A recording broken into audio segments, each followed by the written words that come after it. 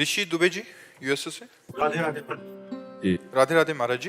महाराज जी, मैं आपका सत्संग पिछले 1 वर्ष से यूट्यूब के माध्यम से सुन रहा हूँ और आपके परम पावन दर्शन की प्रबल इच्छा थी जो श्री जी ने पूरा किया। महाराज जी, मेरा प्रश्न है कि भरत जी परम भागवत थे, लेकिन हिरण जी के बच्चे से आसक्ति हो जाने के कारण उनका अंतिम चिंतन हिरण का हो गया, इसलिए उन्हें फिर से जन्म लेना। दूसरी तरफ अजामिल जी का चिंतन उसके पुत्र का था, परंतु केवल भगवत नाम के उच्चारण से भगवत प्राप्त हुआ। हाँ, महाराज जी, यदि अंतिम ये उच्चारण भगवान से- नाम की महिमा है कि अंतिम में वो नारायण उच्चारण मात्र से भाव कुभाव अनख आलस हो, नाम जपत मंगल दिश दशो।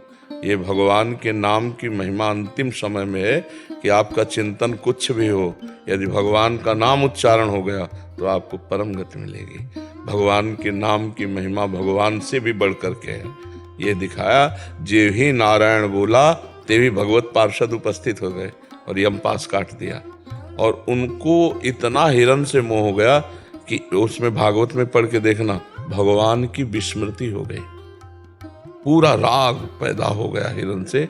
और अंतिम समय हिरण का ही स्मरण, कहीं एक बार राम कृष्ण हरि नहीं, तो फिर हिरण की योनि मिली। पर हिरण की योनि में भी जो पूर्व में भजन छूटा था वही भजन शुरू हो गया। अब अगला जो जन्म मिला वो ब्रह्मबोध संपन्न महापुरुष के रूप में, उन्हें कोई साधना करनी नहीं पड़ी। वो ब्रह्मबोध संपन्न 5 ज्ञान की 5वीं भूमिका को पार किए हुए महापुरुष, ऐसे महापुरुष जो जड़ भरत जी के रूप में हुआ। भजन कभी निष्फल नहीं होता, पर वो हिरण की आसक्ति इतनी प्रबल हो गई कि भगवान का विस्मरण हो गया बस उसी के दुलार प्यार में। तो इसीलिए सबकी ममता ताग बटोरी, मम पद मनहि बांधे बर डोरी। भगवान में यदि आसक्त हो जाए तो अंतिम समय अगर भगवान को भूल जाता है जीव, तो भगवान उसकी स्मृति बन जाते हैं। जैसे पीड़ा बहुत है, मूर्छा आ गई, मृत्यु का समय है, अब उस समय भगवान की स्मृति करने की ताकत ही नहीं रही, अब उस समय भगवान स्मृति बन जाएंगे। पर इनकी स्मृति करने की ताकत होने पर भी स्मृति छोड़ दी और हिरण में आसक्त हो गए, ये त्रुटि हो गई, इसलिए इनका जन्म हुआ। और उसको भगवान के नाम का जिह्वा से संयोग, यह जिह्वाग्ये वर्तते नाम तुभ्यम, इसी से कल्याण हो गया। नाम की अपार महिमा भगवान की है, तो इसलिए उसका जोड़ नहीं किया जा सकता। ठीक है ना, भगवान के नाम में अपार सामर्थ्य है। और जी, फिर एक प्रश्न आ सकता है कि पूरा उम्र कुछ मत करो, अंतिम समय में नाम जप लें। नहीं हो सकता। ये संत कृपा से हुआ था अजामिल को।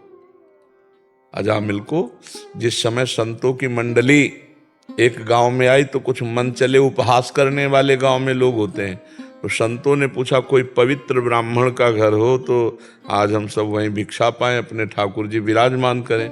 तो बोले वो वैश्या का बगीचा था, बोले वो जो बगीचा है बहुत पवित्र है और उसमें जो है बहुत पवित्र ब्राह्मण रहते हैं। तो अजामिल ही वैश्या के साथ रहते थे, तो बगीचा तो बहुत सुंदर था, उपवन, उसमें जाके ठाकुर जी विराजमान किए। थोड़ी देर में देखा तो एक मृग मार करके वृद्ध अजामिल आ रहा था, तो उसने देखा मेरे यहाँ संत, तो पहले धर्मात्मा पुरुष था अजामिल, बहुत संयमी पुरुष था। एक वैश्या को गलत क्रिया करते जंगल में देखकर वो अपने दिमाग को नहीं संभाल पाया और सुंदर वैश्या, उसी में आसक्त होकर सब धन वैभव सब मर्यादा नष्ट कर दी, वैश्या के संग ही रहने लगा। अब पूरा वैभव दे दिया तो वैश्या किसी से मतलब न रखने लगी, अजामिल से संग, तो आज उससे कई बच्चे हुए। अब ये जो ही देखा संत, तो संत दरस जे में पातक टरे, संतों के दर्शन से पाप नष्ट होता है, भगवत भाव बढ़ता है, क्योंकि ऐसे परमाणु होते। रो पड़ा और सब संतों के चरणों में गिरा कि आप यहाँ कैसे, मैं तो नीच अधम पापी, ये वैश्या का उपवन है प्रभु। तब उन्होंने कहा नहीं, तुम्हारे ऊपर भगवान की कृपा है, क्योंकि बिनु हरि कृपा मिले नहीं संता। तो उनका प्रभु कृपा किया, मैं नीच ऐसा ऐसा। तो बोले अब की जो संतान होगी, मैं देख रहा हूं, अब की जो संतान होगी उसका नाम नारायण रख देना, तुम्हारा इसी से कल्याण हो जाएगा।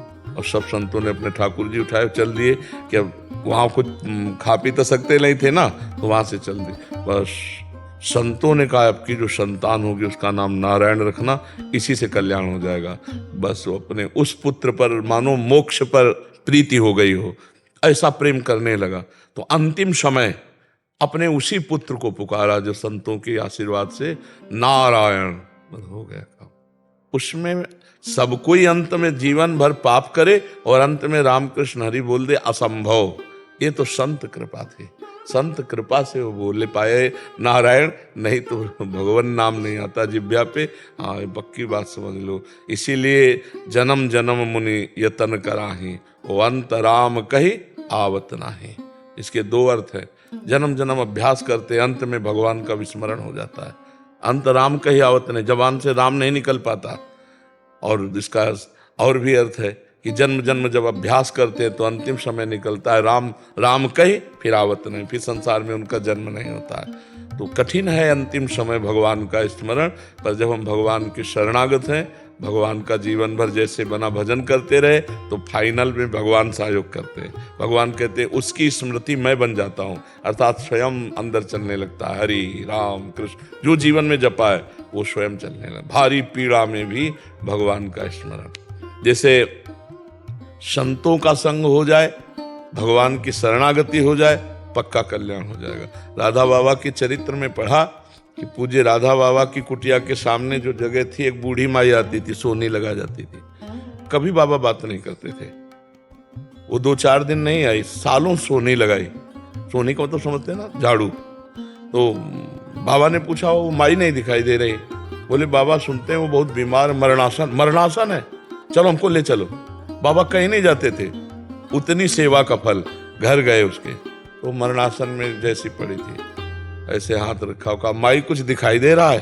बोले हाँ, राधा कृष्ण सामने खड़े हैं। अल्ले बाबा गए, प्राण छूट गए, भगवत प्राप्त हो गई। ऐसे भगवान की कृपा, संत की कृपा, यही भगवत प्राप्ति कराती है। मोक्ष मूलम गुरु कृपा। तो अजामिल के ऊपर संतों की विशेष कृपा हो गई, दया आ गई। और पूर्व का धर्मात्मा पुरुष था, मध्य में बिगड़ गया, तो अंतिम संभाल दी भगवान ने। तो अगर हमसे कोई चूक भी हो जाती है तो भगवान फिर छोड़ते नहीं है।